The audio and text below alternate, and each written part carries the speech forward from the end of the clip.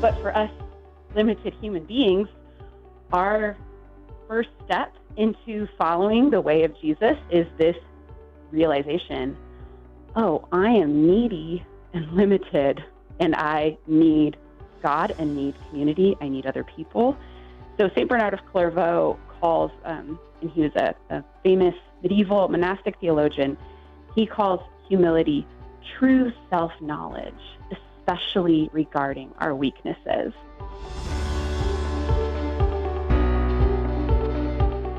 First, a book, Ask of Old Paths. We're going to be talking about wisdom from ancient church history, the medieval period in particular, and how it's applicable to our church and culture today. Very excited to talk about that. But let me introduce the author of this wonderful book. Her name is Grace Hamman, and she is the author of Ask of Old Paths, Medieval Virtues and Vices for a Whole and Holy Life. Grace, thank you for being with us on Point of View today. Oh, thank you for having me on, Liberty. I appreciate it. Well, I'm so enjoying your book. It's so fun and full of so much wisdom. I can't wait to get into the details. Let me introduce you a little bit first. Grace Hamman is a writer and independent scholar of late medieval poetry and contemplative writing. She's the author of Ask of Old Paths and Jesus Through Medieval Eyes. Her work has been published by many academic and popular outlets, and she hosts a podcast called Old Books with Grace, which celebrates the beauty and joy found in reading literature and theology of the past. And Grace holds a doctorate in English, specializing in medieval literature and theology from Duke University, and lives in Colorado with her husband and children. So again, Grace, it's great to have you. I'm thinking, just as I've been reading through, that this would make a great book for a book club or a small group. It's something that really lends itself to community, which we can talk about more here in a moment. But we are, in the book, you cover the 7 capital vices and their virtue remedies. So you've got pride and humility, envy and love, avarice and mercy, sloth and fortitude, and others. And so these are kind of older words that we don't use a whole lot today. But I wonder if you could tell us why you felt that this book is relevant and timely for where we are right now. Yeah, definitely. That list that you read out, I think most of us hear those words and go, oh, those feel maybe a little unhelpfully old-fashioned or just a little hard to explain, a little abstract. And why I felt like they were so important. I had this interesting experience, like you said. I have a doctorate in Middle English, which is pretty obscure, but I was writing my dissertation, and I was reading all of these old sermons, old poetry, old contemplative writing, and I noticed that the way they were using those words was so different than how, it's the same words basically, but so different than how I understood them and how I was using them. They just felt heavier. They were more powerful. They communicated more. And it was so interesting, and I couldn't help just diving into it. And I thought, gosh, sometimes it just feels today like our own moral vocabulary is very washed out. We're not sure what each other are saying. We're speaking across each other. It's really hard sometimes, and sometimes we use language about our values more to describe what's good and what's evil. But then that can unnecessarily divide us and keep us from seeking solutions together. So the virtues, thinking instead about what is just, what is merciful, what is courageous, these can help us to come together as a community and seek out the good, the true, and the beautiful. I love that. And if anybody is, a little bit of a word nerd, then this book is so fun. And it's just, you really do such a great job at making it accessible so that we can understand what you obviously study and have a wealth of knowledge on. But when you talked about kind of our moral language today, when people hear virtue, they may just think like, okay, yeah, values, morals, ethics. But there really is kind of a deeper meaning with just virtue itself. So can you explain what virtue actually is? Yeah, this is such a great question because you're right. We just kind of categorize those words together. We just kind of lump them in.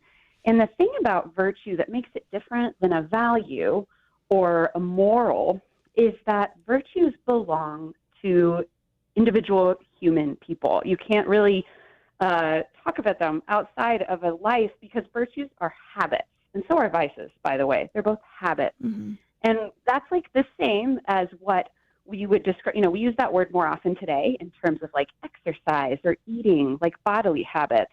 But these are habits of the soul and the body together. So if you think of the most patient person you know, it's not that, if you're picturing them in your head, it's not that they were patient once when it like really mattered and wow, really important, good job at patience, but actually that they are patient as a way of life. Mm. They are patient in the way that they move through the world. They are patient in tough situations. It is a habit that they turn to time after time.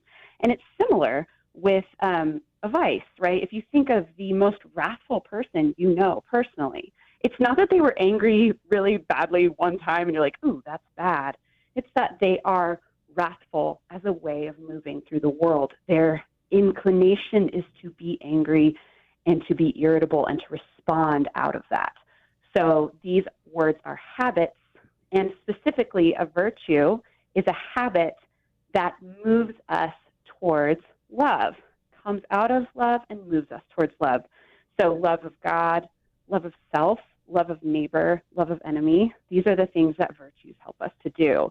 And vices impede us in our call to love one another as Christ loves us. And so that's kind of the core of this language and what makes it different than, say, a value, which is more abstract and can just be, yes, I care about this thing. I love that explanation. And as I was reading, I think I've like underlined something on every page. It's just, it's so good. And it really does help you understand, okay, what does it mean to have this fruit really in my life? And so I love that explanation of just not somebody's action or something good or bad that they did one time, but they really just embody this virtue. And I think we can all think of people who maybe we can think of someone who like, oh yeah, they're just a patient person, or somebody who is a wrathful person. And that just, you come to identify them with that virtue or that vice. And so that's so helpful. Let me just preview a little bit more of what we'll be discussing. Again, there are 7 capital vices and their virtue remedies covered in this book: pride and humility, envy and love, wrath and meekness, avarice and mercy, sloth and fortitude, gluttony and abstinence, lust and chastity. So if you're wondering what some of those things mean, don't worry, we'll get to them. And again, let me just mention, this is such a practical book because at the end of each chapter, there are a list of practices, suggestions for further reading. There is a prayer. So it really does give you the tools to say, okay, how can I apply this to my life? But Grace, I mentioned that you say the purpose of these virtues is to make us whole. So help us understand what that really looks like in our life.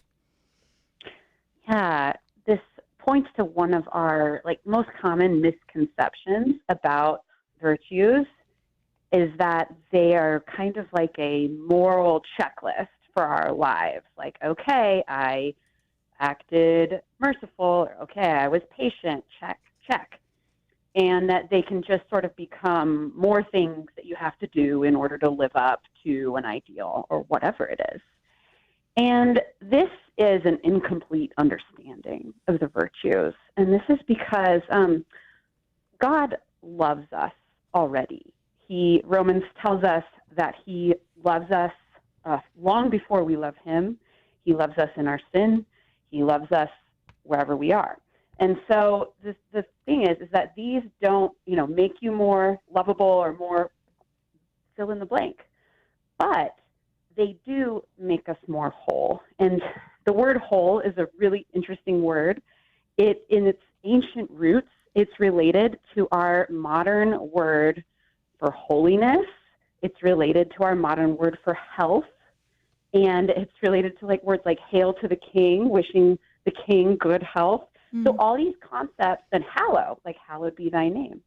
So all of these concepts are really closely tied together in human wholeness, where in human wholeness, we are becoming mentally and spiritually healthy, and we are becoming whole and holy.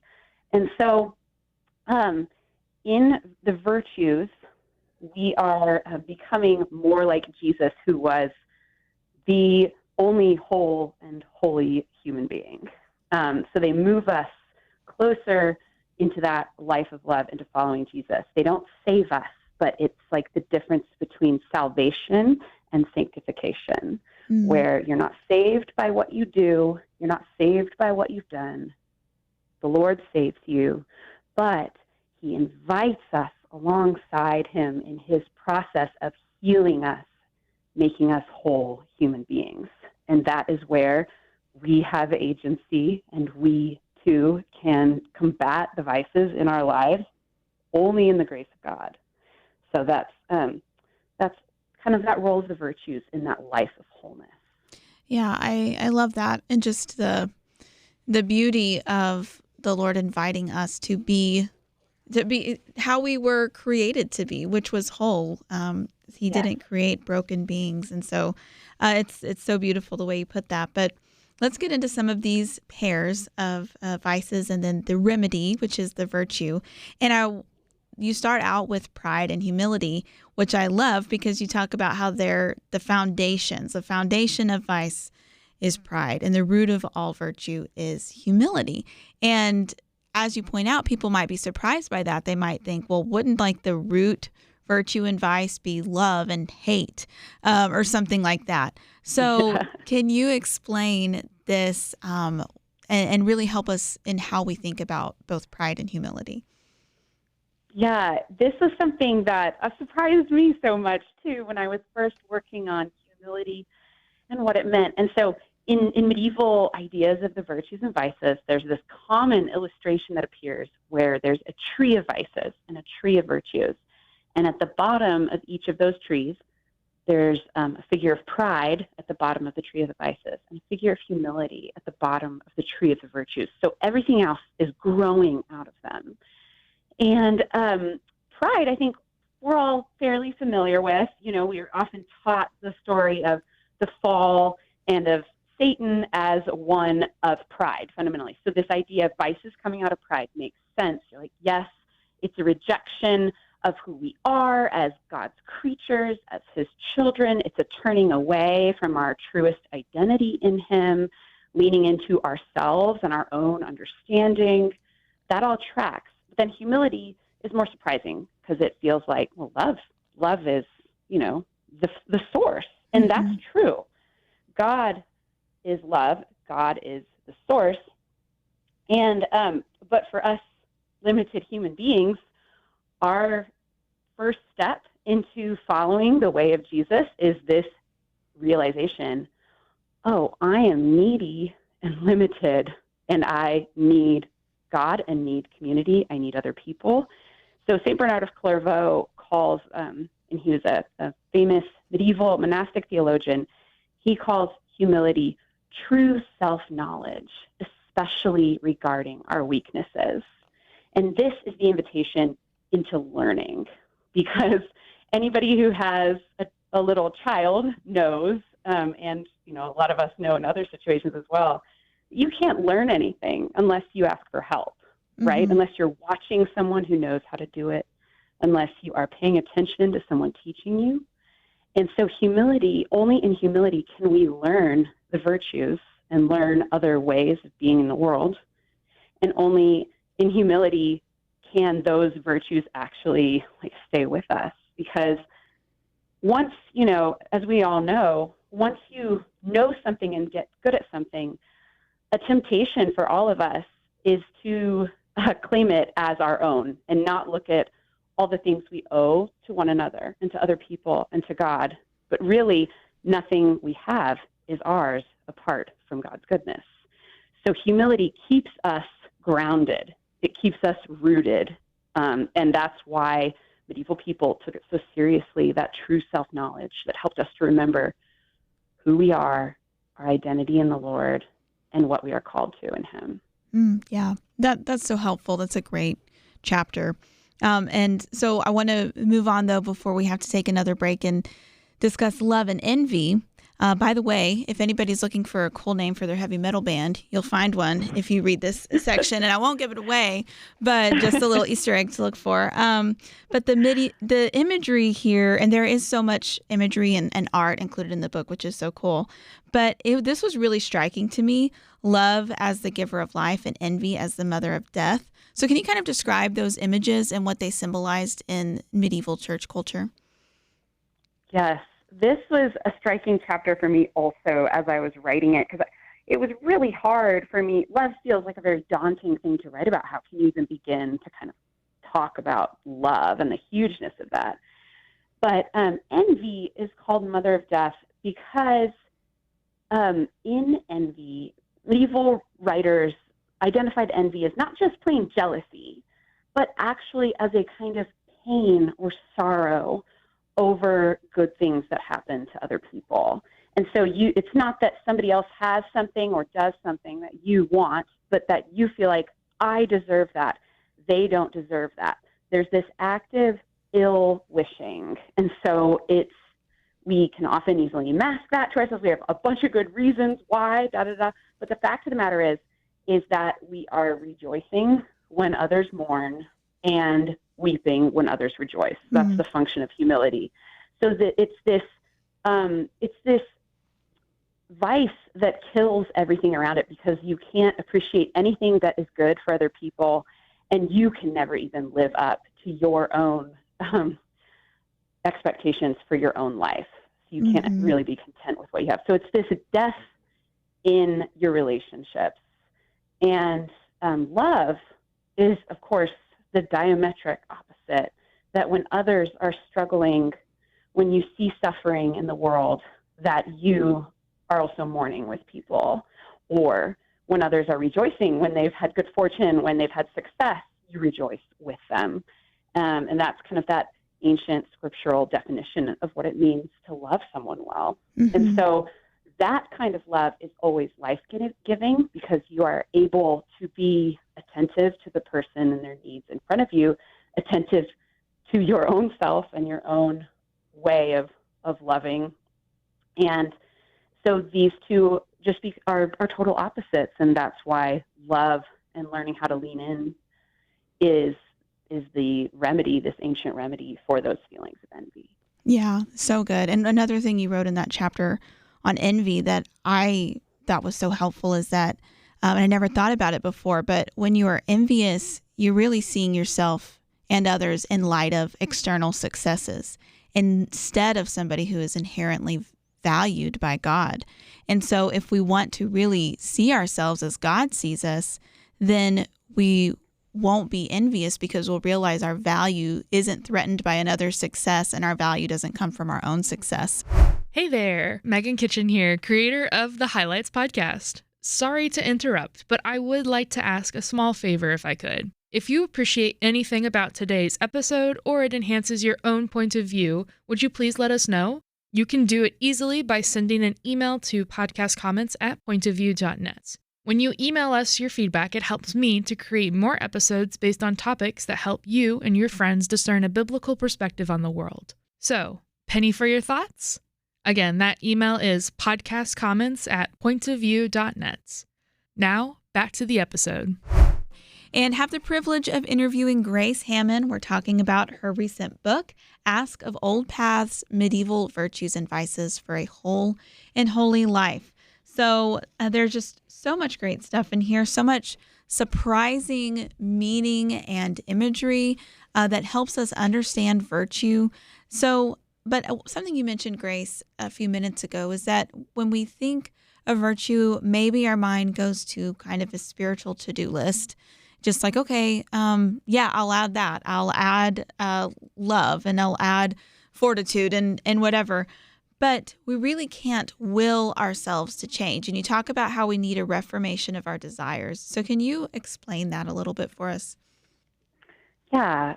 This is one of the things that can be really tricky for us to think about, because we all kind of want to be able to will ourselves into something, but the fact of the matter remains that it has to be about what we want.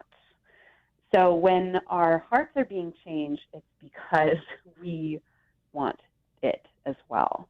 And so with something like a virtue, there's a real grace in this, in that the more we lean in, at first it might feel, kind of foreign or forced. Like a lot of practices are that way. If you're, trying to control your temper with your kids or something, it's not like natural. You're like biting your tongue, you're angry, you're trying to hold it back. But the more you do it, and the more that you learn about these different virtues, the more that your desires can be changed for them. And so I always use this example.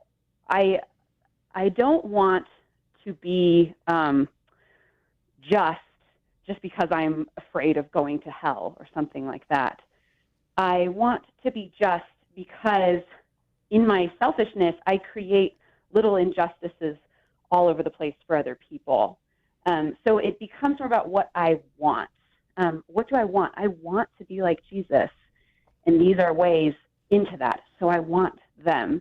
So the virtue is always flowing out of that desire, because we can all point to different things that look like virtue. So C.S. Lewis uses this wonderful example, the sort of ancient example of a soldier going over to the trench in World War I is the example he brings up, but where he says, look, this looks like courage, and it really could be courage if it's stemming out of this love for country and love for his homeland. But it could also be a junkie seeking an adrenaline rush. It could also be a just trying to not be, just trying to just do what everybody else says. There's a lot of reasons why we do the things we do. And so a virtue isn't going to be virtuous and become part of our character unless we are doing it out of that desire, out of love. And that's why virtues are always aimed towards love, and they're always coming out of love. Yeah. So this is a long, hard shift. And it can start with things that you're not initially really doing out of love, but because you have that desire, you're moving further into it. And so a lot of moral philosophers and theologians talk about this and the complications of that. Humans, we're just so complicated. We have so many motives. But if we are consciously trying to move into love, and especially held in prayer, that is a really fertile ground for beginning to develop these virtues and change our character. Yeah, so good. It reminds me of, I believe it's in Psalm 37, delight yourself in the Lord, and he will give you the desires of your heart. And that can be so easy to read that as, okay, well, I get my wish list now, but we are spending time with the Lord and allowing the Holy Spirit to turn our desires toward him. And and that is something, oh boy, we need that so much. But let's talk about this next pair, wrath and meekness. And by the way, I haven't even really talked about this, but there's so much fun imagery. I say fun, interesting, strange, that you include here from just these medieval poets and artists and theologians, that really is how they understood and portrayed a lot of these things. So, and you explain these in the chapter, but just as an example, you have in the chapter on pride and humility, you have the lion and child, and envy and love, basilisk and blossom. So wrath and meekness, you've got the sword and pillow, and you explain what those things mean. So I want to spend a little bit of time on this chapter in particular, and feel free to go into the imagery if you like too. But meekness is a word that we don't really like today. Wrath we can understand, but meekness is like, isn't that just kind of being a pushover? So help us understand why meekness matters. Yeah, I'm so glad you asked. This is one of my favorite chapters to write about, because it is a word that is so blatantly unattractive to us. Like, when was the last time you called someone meek as a compliment? Like, that just doesn't happen, right? That's so bizarre and foreign to us.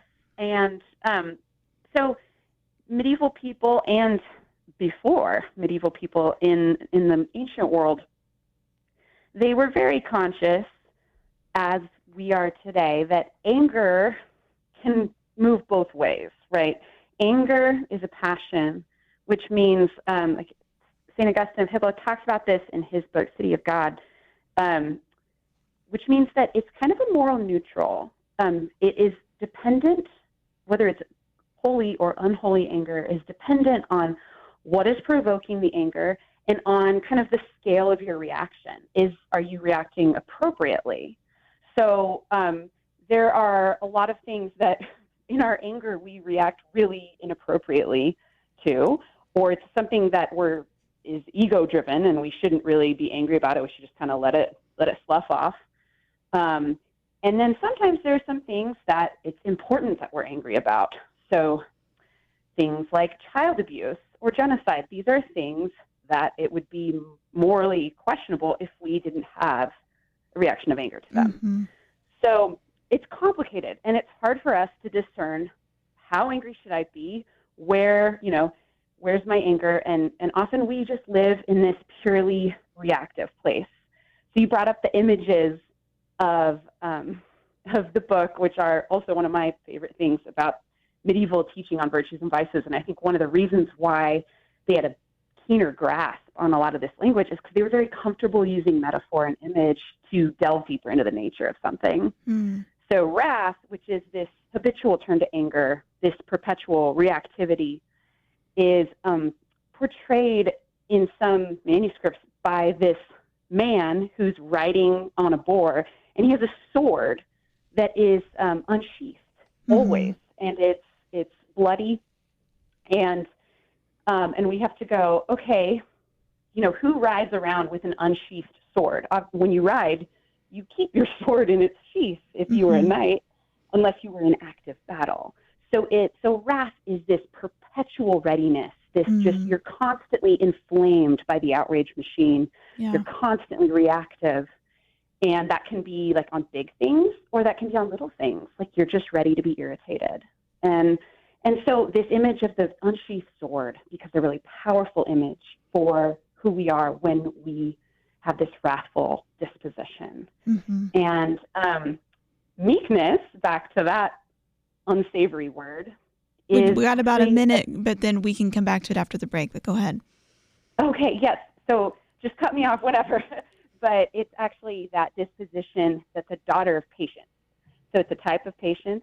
And medieval people compared meekness to a pillow on the bed of conscience.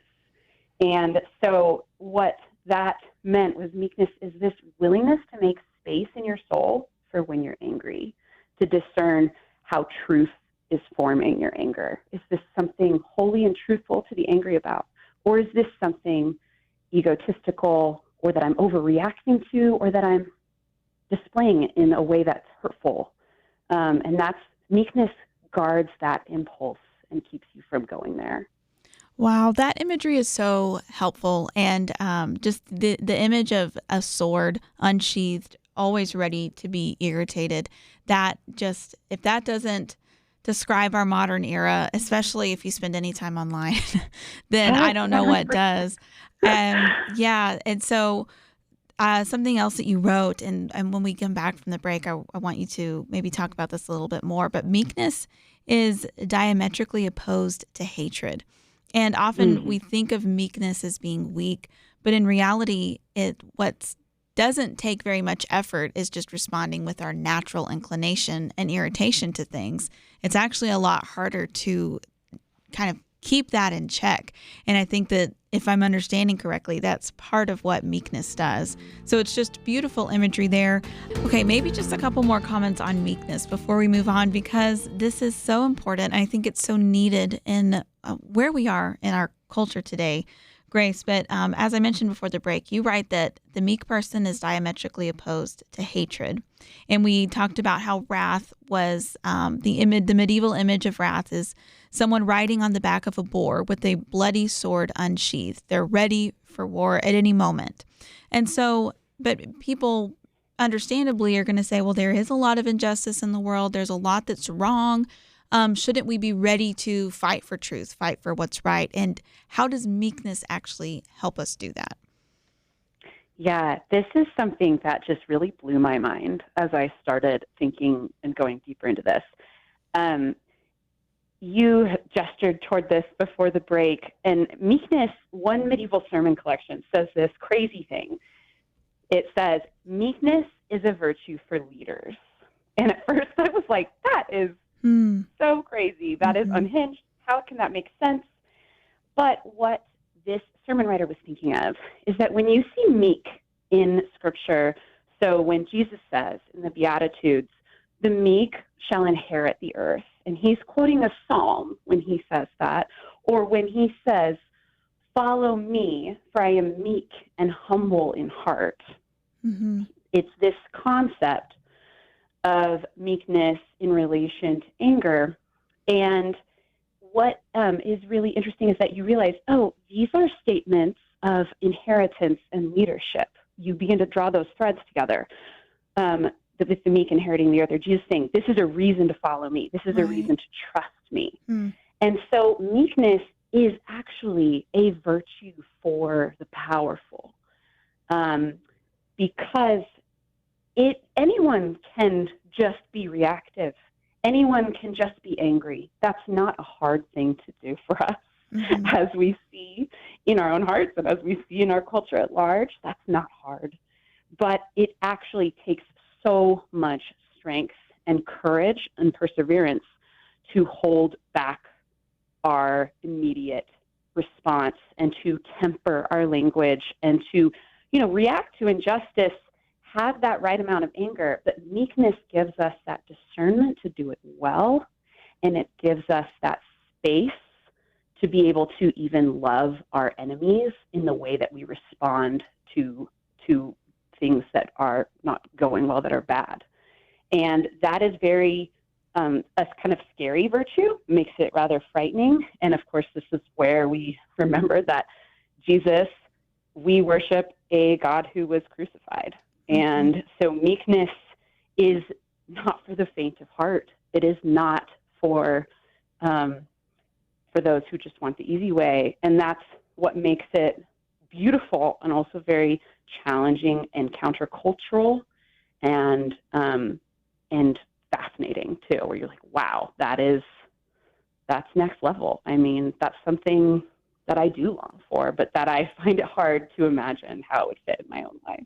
Yeah, absolutely. That is such a helpful explanation. And so that's a great chapter. And one more that I think I want to get to, and then people, you're going to have to go to pointofview.net and click on the link to read the whole book for yourself. It's so good. But let's talk about sloth, because I thought this was also very appropriate for our time, because people think, okay, it's just lazy, or you mentioned the image of like a cartoon dad sleeping on the couch. And if napping is wrong, I don't want to be right. So I want to be able to relax. And so we hear sloth and we're like, what does that mean? But it really has to do with like a spiritual response, doesn't it? That's right. That's right. So we've kind of doled this down into laziness, or into, just eating potato chips on the couch or whatever. And it's and you look at that and you're like, why is that a capital vice? Like, that doesn't make sense. Why would that be a capital vice? Because like you said, actually rest and resting our bodies is really important. Sloth is not a bodily vice. It is a spiritual vice. And sloth is really avoiding the demands of our calling to love, wherever that is in our lives. So this can take on different forms in different people's lives, as all virtues and vices do. They're so about the story that we are living. But sloth is really looking at something and saying, that's too hard, I don't want to do it, and turning away. And so it's about avoidance of Christ's call on our life to love our neighbor, to love our enemy, to love ourselves. And so that comes out when we look at fortitude, which is the ancient remedy for this, which is basically that ability, that particular kind of courage that resembles endurance, where you're sticking with it. Where you're like, this is the call that has been laid upon my life to love, and I am not going to run away from it. And so it's very challenging, but it also, I think you're right. You've now pointed to two of the virtue and vice pairings that I feel like are most relevant for us today. All of them are really relevant, but those two I think are really sticky in particular, because we live in an era of ease and comfort, and those aren't bad things. Those are really good things. But then I think we just expect things to be really easy for us, and we expect things to just be kind of straightforward. And if it's not, then I'm not going to do it. That's that. Mm-hmm. And a lot of our life of following Jesus is actually not easy, and that's not a bad thing. That's just kind of part of what it takes when we are loving our neighbor and our enemy and ourselves and loving God. That's pretty challenging. And so paying attention to those invitations and leaning in rather than kind of shutting our eyes to it and looking away is that tension between sloth and fortitude. Yeah, I love that. And again, it goes to what you said at the very beginning, that by applying these virtues to our lives, that's really, it's part of being made whole, who we were made to be, which are image bearers of God on earth. And so that's not an easy task. It's a great responsibility and one that God has called us to. But this book, Ask of Old Paths, is so helpful in understanding that. And so again, you can find it at pointofview.net.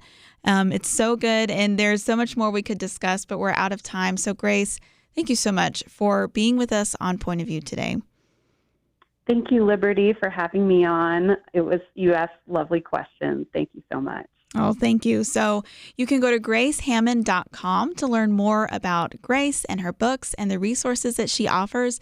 And as always, you can go to pointofview.net, and we have all the links there for you as well. And again, this book, if you're watching, I'm holding it up, Ask of Old Paths, Medieval Virtues and Vices for a Whole and Holy Life. So much good stuff, so much fun imagery. You'll learn a lot about medieval scholars and theologians, and it's a great book to read in community with maybe your small group or some friends, and just talk about how these apply to our lives today. It's so interesting.